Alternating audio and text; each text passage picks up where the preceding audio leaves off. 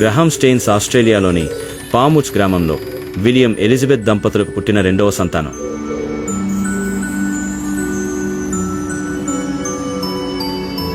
చాలా బలంగా ఉన్నాడు. ఈ వేళ్లు చూడు, ఏదో గొప్ప పని చేయడానికి పుట్టినట్టున్నాడు. అవును, నాకు కూడా అలానే అనిపిస్తుంది. వీడికి గ్రహం అని పేరు పెడదామండి. పూర్తి పేరు గ్రహాం స్టూవర్ట్ స్టెయిన్స్. 1941లో జన్మించాడు. మొదటి నుంచే అతనిలో ఏదో ప్రత్యేకత ఉండేది. అప్పుడు అతనికి 8 ఏళ్ళు.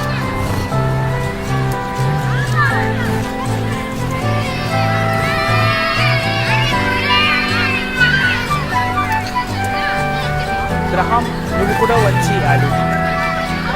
నేను తర్వాత వస్తా.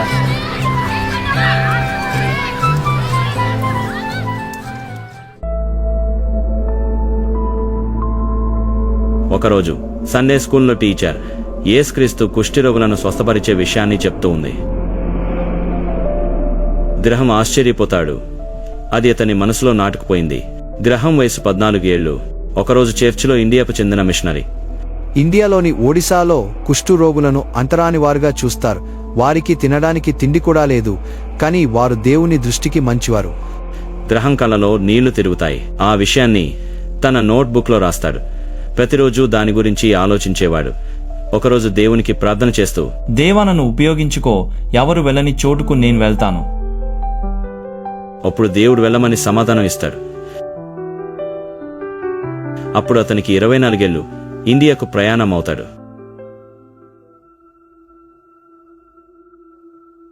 వెళ్ళాక ఉత్తరం రాస్తావుగా? తప్పకుండా ప్రతివారం రాస్తానమ్మా. బైబిల్ చదవని వారికి నీ జీవితం ఒక బైబిల్ లాంటిది. జాగ్రత్తగా జీవించు.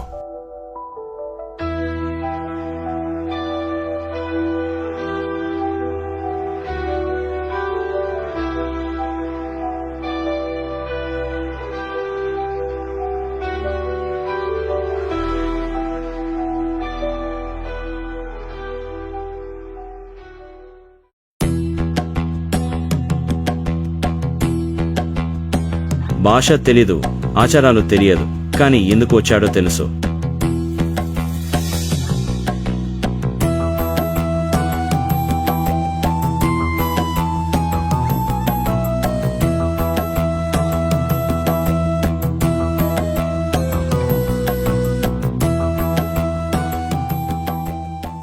గ్రాహం తన సేవను ప్రారంభిస్తాడు. ఒకరోజు కుష్ఠిరోగి పాదాన్ని పట్టుకోగానే, నన్ను ముట్టుకోకు, నేను అంటరాని వాడను. నువ్వు యేసుక్రీస్తుకి అంటరాని వాడివి కానప్పుడు నాకు కూడా కాదు. కుష్ఠిరోగులను పట్టుకొని వారికి ట్రీట్మెంట్ చేస్తూ సువార్తను కూడా ప్రకటించేవాడు. ఒకరోజు ఆ క్లినిక్ యార్డ్లో ఆస్ట్రేలియాకు చెందిన గ్లాడిస్ గ్రహం చేసే సేవ చూస్తుంది. గ్రహంకు పరిచయం అవుతుంది.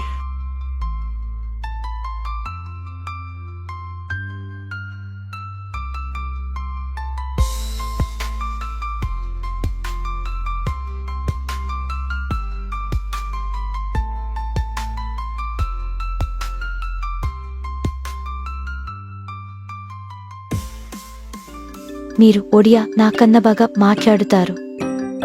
కొన్ని తప్పులు చేసి నేర్చుకున్నాను. ఎవరు ఇక్కడ ఎక్కువ కాలం ఉండరు. నేను ఐశ్వర్యం కోసం రాలేదు, దేవుడి పిలుపు విని వచ్చాను. వారిద్దరి మనస్సులు దగ్గరవుతాయి. పెళ్లి చేసుకోవాలని నిశ్చయించుకుంటారు.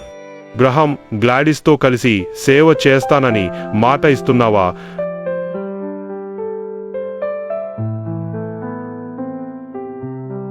అవును, నా హృదయపూర్వకంగా ఇస్తున్నాను. గ్లాడిస్, నువ్వు కూడా మాట ఇస్తున్నావా? అవును, మాట ఇస్తున్నాను.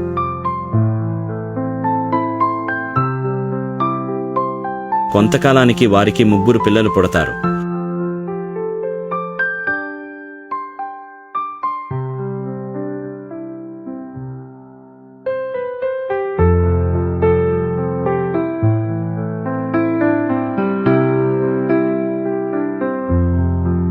వారు తినేటప్పుడు దేవునికి ప్రార్థన చేసేవారు.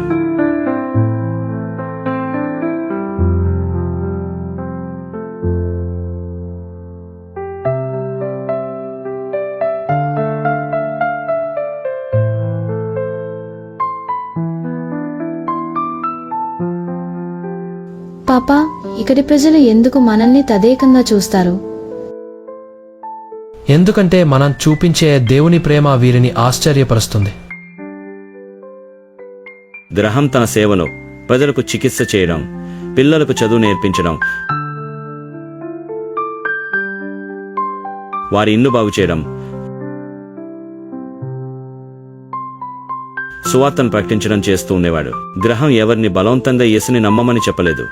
తన ప్రేమ, సేవ ద్వారా యేసుక్రీస్తును చూపించాడు. ఒకరోజు మతోన్మాదులు పెద్ద గుంపుగా వచ్చి గ్రహం తిరిగి వెళ్ళిపోవాలి అని పెద్దగా అరుస్తూ గోల చేస్తారు. బహుశా మనం వెళ్ళిపోవాలి. ఈ ప్రజలను వదిలి వెళ్ళడం నాకు ఇష్టం లేదు.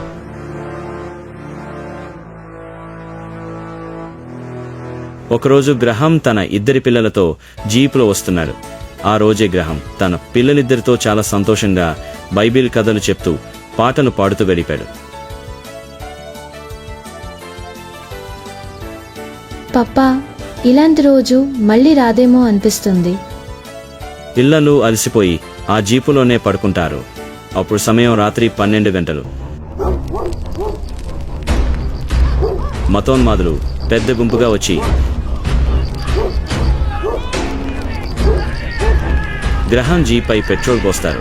లోపల ముగ్గురు నిద్రపోతున్నారు.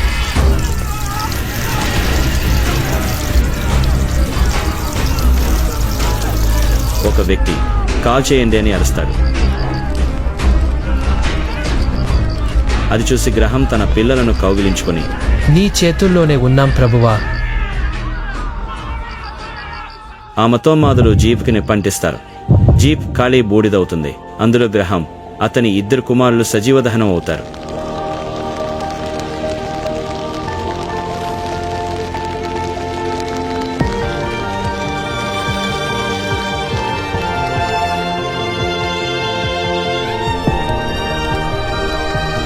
ప్రపంచం ఒక్కసారిగా ఉలిక్కి పడింది. ప్రపంచ ప్రజలు ఆగ్రహంతో ఉన్నారు. కానీ గ్రహం స్టెయిన్స్ భార్య మాత్రం గొప్ప స్టేట్మెంట్ ఇచ్చింది. నాకు వారిపై ఎటువంటి ద్వేషం లేదు. వారిని నేను క్షమించాను, ఎందుకంటే యేసుక్రీస్తు నన్ను క్షమించాడు. కాబట్టి నేను కూడా వారిని క్షమిస్తున్నాను. కొన్ని రోజులకు అక్కడే గ్రహం స్టెయిన్స్ మెమోరియల్ హాస్పిటల్ స్థాపించబడింది.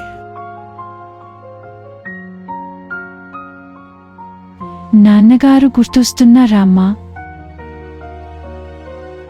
ప్రతిరోజు, కానీ ఆయన ప్రేమ ప్రతి హృదయంలో ఉంది.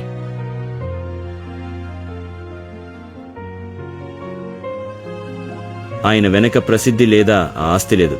ప్రేమ, క్షమతో కూడిన ఒక శాశ్వత వారసత్వం ఉంది.